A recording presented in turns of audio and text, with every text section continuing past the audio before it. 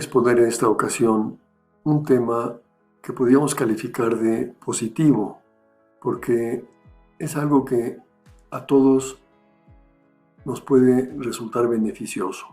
Me refiero concretamente al optimismo, que al menos desde el punto de vista intuitivo es fácil darnos cuenta de que se trata de algo valioso, de algo que conviene cultivar en la propia vida porque trae claros beneficios. Guarda especial relación con la felicidad, con esa felicidad que todos buscamos en la vida y que cuando se tiene optimismo es más fácil encontrarla o fomentarla y desarrollarla en la propia existencia. Pero no solamente en términos generales se puede hablar de la relación del optimismo con la felicidad, sino también, en concreto, se puede decir que el optimismo favorece diversos aspectos de la vida humana, como por ejemplo el de la salud. Hay estudios interesantes en este sentido, que demuestran cómo el optimismo favorece la salud, mientras que el pesimismo conduce a la enfermedad o a la muerte. Concretamente, hay un estudio que dice lo siguiente: se detectaron a 122 hombres con ataque cardíaco, es decir, todos habían padecido el mismo mal. Se les dio seguimiento y después de 8 años resultó que de los 25 más pesimistas habían muerto 21, un porcentaje pues elevado. En cambio, de los 25 más optimistas, solo habían muerto 6. Es significativo este dato, cómo el optimismo favoreció la salud de unos y en cambio el pesimismo deterioró la de otros. La relación del optimismo con la felicidad también ha sido muy estudiada. Uno de esos análisis que se han hecho, una investigación muy seria, llegó a la conclusión, después de elegir a 100 personas felices, que había algo común a todas ellas. Fueron viendo en qué coincidían esas 100 personas felices, en qué no coincidían. Por ejemplo, una conclusión a la que se llegó fue que 70 provenían de ciudades pequeñas, mientras que 30 de ciudades grandes. Un dato que podría hacer pensar que es necesario vivir en una ciudad pequeña para ser feliz, pero no, porque no era concluyente este resultado, puesto que había 30% de esas personas que eran felices viviendo en una ciudad grande. En cambio, hubo un dato en el cual todos coincidieron.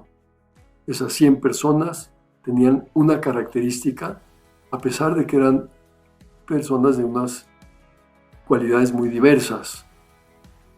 Había grandes diferencias entre unos y otros, pero hubo algo en lo que todos coincidieron. Eran good finders, es decir, personas capaces de encontrar el bien, de descubrir el bien en su propia vida, en los demás, en el entorno, en la situación en la que se encontraban. Esto precisamente equivale al optimismo, ser capaz de descubrir lo bueno, lo positivo, antes que lo negativo. Pues esta cualidad estaba presente en las 100 personas felices. Otra investigación que se llevó a cabo durante 10 años por 2 psicólogos, Myers y Dinner, arrojó un resultado también muy interesante. Uno de los 4 rasgos característicos de la persona feliz es que es optimista. Llegaron a esta conclusión de una manera muy clara y contundente. Se les preguntó a los psicólogos qué era la causa y cuál era la consecuencia. Si eran felices por ser optimistas o si eran optimistas por ser felices esas personas. Ellos dijeron que no podían contestar la pregunta, puesto que su estudio era un estudio experimental de campo, pero que lo que podían asegurar era que había una coincidencia. La persona feliz es optimista. La persona optimista es feliz. Resultado, por tanto, muy interesante. Existe lo que podríamos llamar un falso optimismo propio de personas que podríamos calificar que se salen de la realidad. Personas que pues no ven dificultades, no ven problemas, que podemos calificar de personas ilusas o ingenuas. Todo les parece positivo, no ven la parte negativa que existe objetivamente en la realidad y por lo tanto tienden a evadirse, a estar fuera de lo real. Y esto puede darse por dos razones: por deficiencia en el conocimiento, no ven los problemas, o por deficiencia en la valoración de las cosas. A lo mejor ven algo que es objetivamente negativo, pero no lo valoran como tal. Personas que no están en la realidad, y esto no es el verdadero optimismo, porque el verdadero optimismo, me parece a mí, es realista.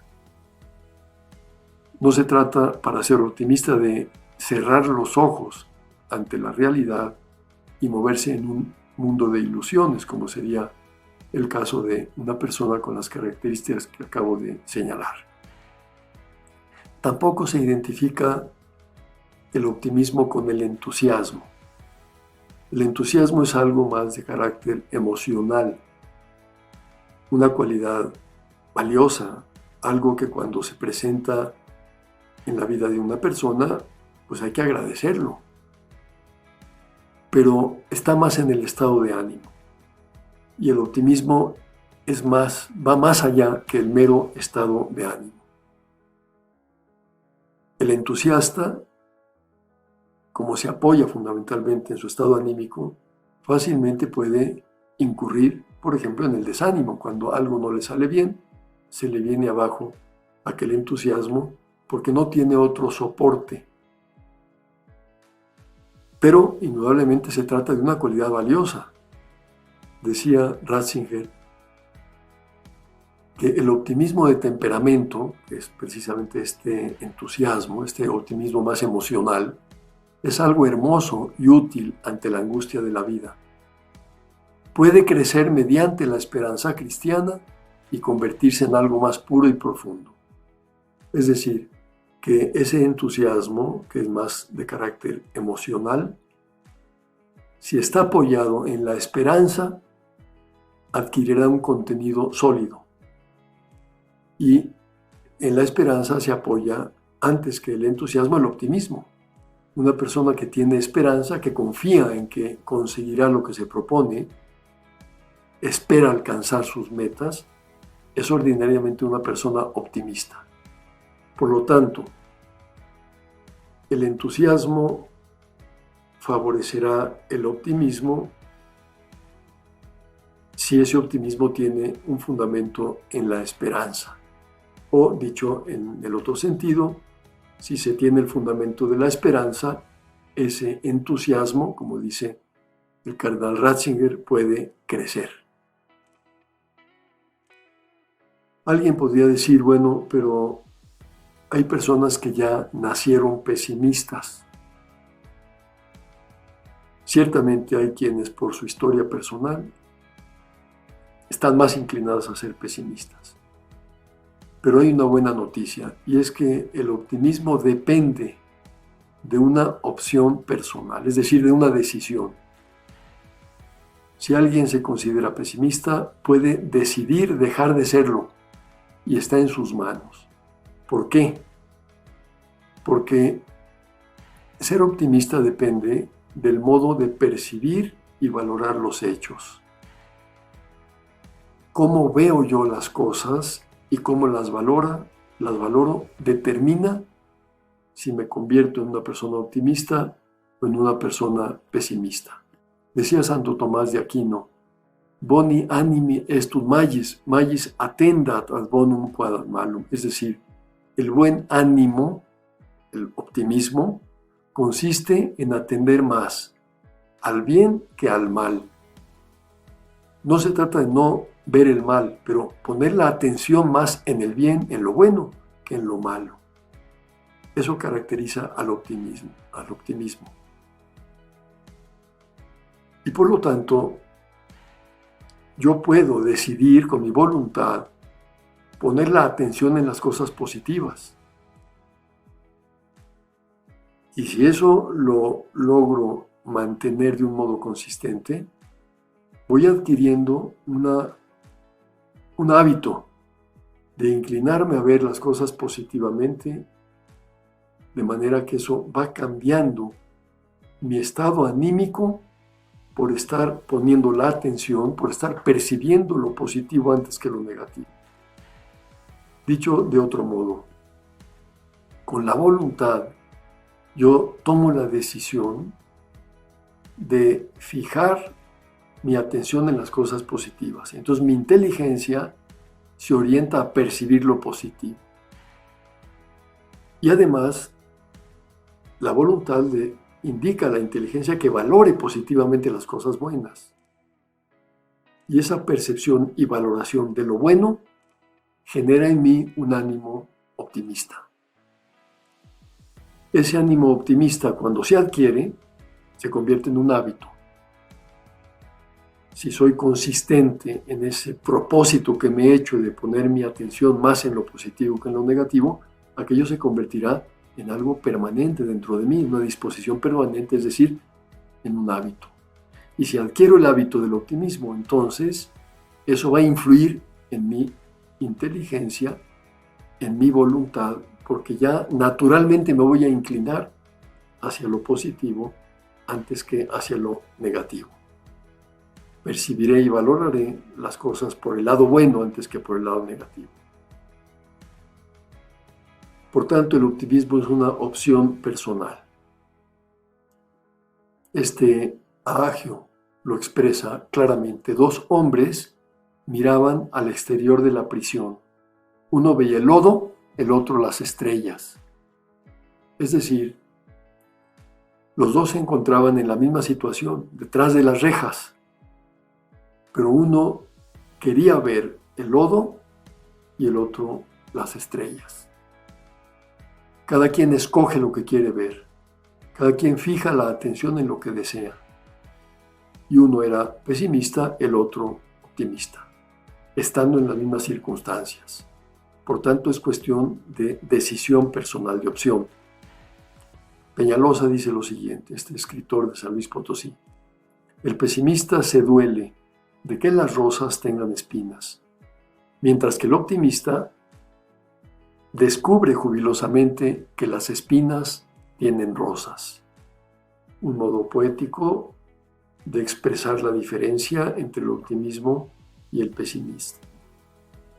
Yo puedo decidir fijarme en las espinas, lamentándome de que existan, o puedo concentrarme en las rosas, llenándome de agradecimiento por su belleza. De eso dependerá que sea pesimista o sea optimista. El pesimismo es algo peligroso, dañino. Es una amenaza que hay que tener presente para huir de ella lo más posible. Decía Eduardo Nicol, este filósofo catalán que vino a México exiliado con la Guerra Civil Española, profesor de la UNAM, a quien yo tuve personalmente el gusto de tratar mucho, decía lo siguiente: el pesimista no tropieza nunca, pero si mucho se acentúa su pesimismo, podemos recelar que no tropieza porque no anda. pues solo andan los ilusionados o esperanzados. Quiere decir esto que un pesimista vive atemorizado ante lo que debería hacer, ante el futuro. Y entonces lo que hace para evitar equivocarse o cometer errores es no actuar. Y efectivamente no tropieza porque no anda, pero tampoco consigue nada. En cambio, el optimista, el ilusionado, el esperanzado, va para adelante corriendo riesgos. Y si tropieza, tampoco pasa nada, se levanta y sigue adelante, pero avanza, crece. De manera que es muy clara la diferencia en cuanto a las consecuencias de ser pesimista o ser optimista. El pesimista ve el vaso medio vacío en vez de verlo medio lleno. Capta la oscuridad en vez de la luz, las espinas en lugar de las rosas, los problemas en vez de las soluciones, los defectos sin apreciar las cualidades. Esto último, por ejemplo, tiene mucha importancia en las relaciones humanas. Una persona pesimista se fija mucho en los defectos de los demás, valora poco sus cualidades, y eso automáticamente le dificulta la buena relación con el de enfrente, con el prójimo, con quien tiene que relacionarse. En cambio, una persona optimista da peso a las cualidades de los demás y encuentra mucho más facilidad para relacionarse con la gente, para querer a los demás, para tener empatía, porque precisamente está concentrándose en el bien que hay en la persona, en sus cualidades, en su valía. Ahí pues se ve claramente la diferencia y el daño que supone ser pesimista. ¿A qué se debe el pesimismo? ¿Cuáles serían las causas del pesimismo? Pues en primer lugar podemos pensar en el temperamento. Alguien puede tener un temperamento, diríamos de algún modo, naturalmente reactivo. Es la persona que actúa siempre en función de las circunstancias.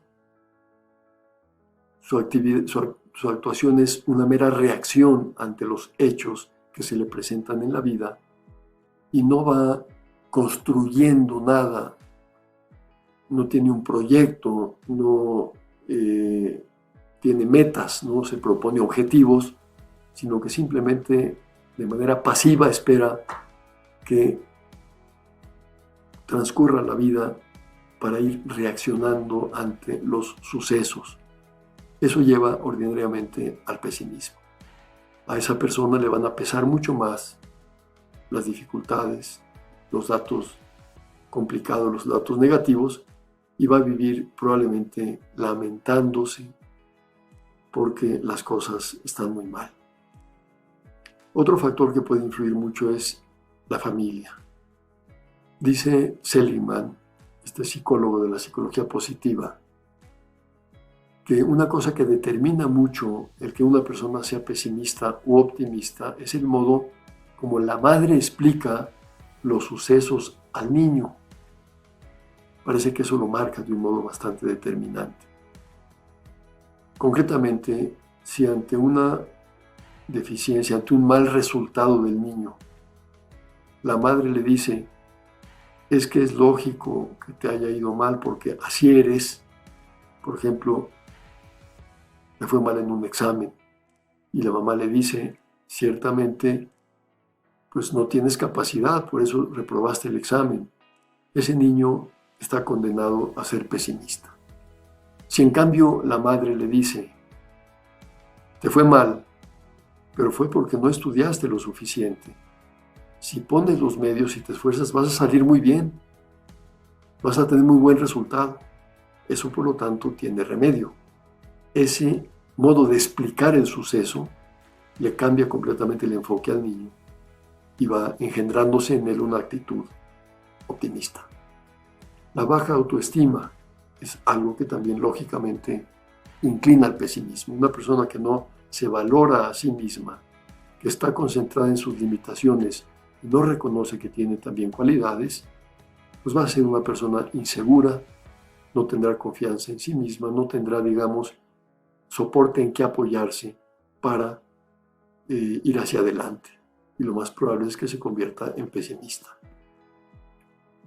Las experiencias negativas que se tienen en la vida, algo que a todos nos ocurre, no siempre salen bien las cosas, hay fracasos, no siempre se va a tener éxito en lo que uno emprende. Y esas experiencias negativas pueden marcar mucho a una persona, convirtiéndola en pesimista. Si esa persona no sabe darle una salida a las dificultades en las que se va encontrando, a sus malos resultados, y darles la vuelta y sacar de ahí una experiencia que le ayude a superarse posteriormente, se va a convertir en persona pesimista.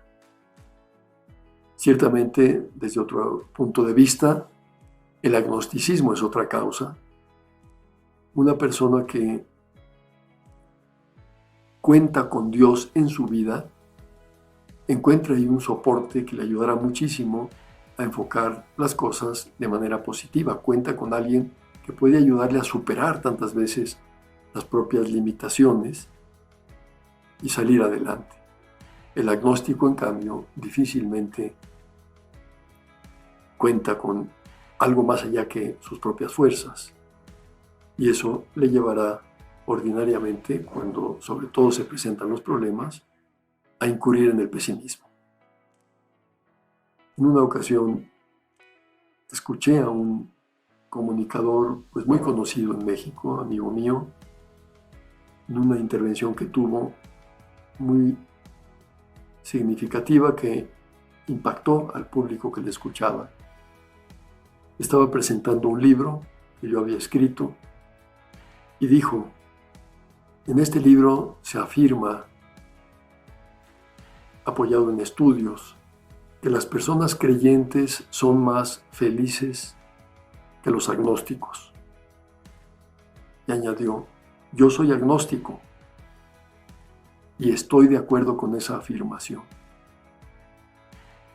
Habló con sinceridad, reconoció que el agnosticismo no favorece la felicidad y por lo tanto no conduce al optimismo. ¿Qué remedios existen contra el pesimismo? Señalo algunos que pueden ser útiles, que pueden ayudar en la práctica. No fijar la atención en lo negativo, porque el pesimista tiende a concentrarse en lo negativo y a no ver lo positivo. El Quijote decía al paje, le daba un consejo: aparte la imaginación de los sucesos adversos que le podrán venir. Es decir, no esté usted pensando en todo lo que va a salir mal, en todos los problemas que se pueden presentar en el camino, porque se va a paralizar. Hay que concentrarse en el presente, en el hoy, en el ahora. Ver el futuro con confianza, con optimismo. De lo contrario, la actitud pesimista pues nos paraliza. No concentrar, por tanto, la atención en lo negativo. Puntualizar y relativizar los errores. Otro remedio muy concreto, muy importante, porque suele ocurrir que cuando en la vida tenemos un problema que nos pesa, existe la tendencia a generalizar ese problema, a pensar que todo es problema, todo está como marcado ya por esa situación complicada. En cambio, cuando uno puntualiza y distingue ese problema de otros aspectos de la vida que no están involucrados, pone las cosas en su verdadera dimensión. Un ejemplo concreto. En una ocasión, una persona perdió su dinero. Estaba al borde del suicidio porque pensó que ya no tenía para él sentido seguir viviendo. Se le había acabado el sentido de la vida porque ya no contaba con recursos económicos. Y le llamó a un amigo suyo por teléfono para decirle lo que estaba pensando. Y el amigo le dijo: oye, pero ¿estás vivo? Puesto que estamos hablando. Pues sí, sí estoy vivo. ¿Tienes voz? Estoy escuchando. Sí, sí tengo voz. ¿Oyes? Sí, sí te estoy oyendo. ¿Tienes familia? Sí, tengo mi mujer, tengo mis hijos. ¿Y están bien? Pues sí, están normal. ¿Tienes amigos? Pues sí, sí tengo también amigos. Y le dijo el interlocutor: se ve que entonces lo único que has perdido es el dinero. Todo lo demás lo tienes. Eso se llama puntualizar, relativizar el problema, no generalizarlo de manera que se pierda de vista que se cuenta con otros puntos de apoyo para salir adelante. Otro remedio es evitar las quejas y las lamentaciones. Muy frecuente que una persona que está pensando, por ejemplo, mucho en sí misma y piensa en negativo, se pase el tiempo quejándose y lamentándose. Además de que resulta muy desagradable convivir con una persona que está siempre expresando quejas. Una persona que tiene esa característica rehúye a los demás. Ella se amarga la vida. Y el remedio es evitar esas quejas. Pero no solamente no expresarlas hacia afuera, sino incluso interiormente tratar de no quejarse también en la propia conciencia, en la propia interioridad. Porque si yo estoy pensando en todo lo que está mal, aunque no lo exprese, eso también me hace pesimista. En cambio, si me concentro en lo positivo y veo las cosas que están bien, me lleno de agradecimiento, que es exactamente la gratitud, lo contrario a esta actitud de queja, de lamentación. Descubrir, y esto creo que es bastante evidente después de todo lo dicho hasta aquí, el lado bueno de las cosas. La realidad incluye siempre aspectos positivos y aspectos negativos. Pues tener la capacidad de ver lo positivo, porque puede ser a veces que esté a nuestro alcance y no lo veamos. Decía San José María: no seas pesimista. ¿No sabes que todo cuanto sucede o puede suceder es para bien? Tu optimismo será consecuencia necesaria de tu fe. Es decir, cuando algo ha salido mal, yo puedo en ese mal resultado descubrir que hay cosas positivas. Ver que ahí se me ofrece una oportunidad de hacer algo bueno o de sacar algo bueno de aquello. Eso es optimismo. Si además se cuenta con la fe, con el apoyo en Dios, pues entonces será mucho más fácil tener esta visión positiva, de ver que aquello es para bien, aunque incluya una parte negativa. Por lo tanto, apoyarse en Dios es un remedio muy beneficioso para superar el pesimismo. Después de todo lo dicho hasta aquí, podemos preguntarnos, bueno, ¿qué es entonces el optimismo? Me parece que hay que hacer sencillamente una distinción.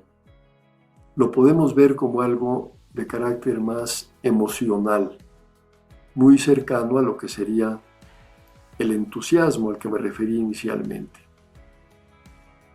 Y en ese sentido diríamos que es un sentimiento, una emoción, un impulso para percibir positivamente la realidad, de gran valor indudablemente. Algo que cuando se tiene, este sentimiento, esta emoción, ayuda muchísimo en la vida porque de un modo muy espontáneo me inclino a ver las cosas positivamente. A esto le podríamos llamar optimismo temperamental o emocional. Como digo, tiene su valor, pero no es suficiente. ¿Por qué?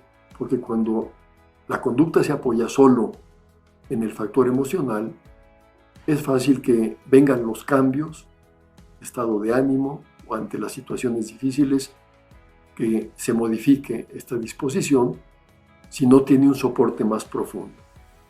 Por tanto, el optimismo también se puede ver como una virtud, es decir, algo que esté más apoyado en la voluntad y en la inteligencia, sin excluir desde luego el sentimiento, pero que tenga el arraigo más en la voluntad y en la inteligencia. Y consistirá entonces en una disposición permanente de esa voluntad, pero también del sentimiento, que me inclinen o que inclinen a la inteligencia a percibir y valorar el bien. Porque ya dijimos que el optimista percibe, y eso es una acción de la inteligencia, y valora, que también es una acción de la inteligencia, un acto de la inteligencia, el lado positivo de las cosas, ve y valora el bien. Pues cuando hay la virtud del optimismo, entonces se cuenta con esa inclinación de la voluntad y del sentimiento que impulsan a la inteligencia para que vea y se concentre en lo positivo. Podríamos ya con esto sacar las siguientes conclusiones para terminar esta exposición. Primero, el optimismo influye de manera determinante en la felicidad. Me parece que esto ha quedado claro a lo largo de este análisis que he venido haciendo. Una persona optimista tiene mucho ganado para ser feliz. En segundo lugar, ser optimista depende de una opción personal. Yo puedo proponérmelo y puedo hacerme cada vez más optimista, incluso si no lo soy. Puedo cambiar si lo decido y pongo los medios a los que me he referido anteriormente.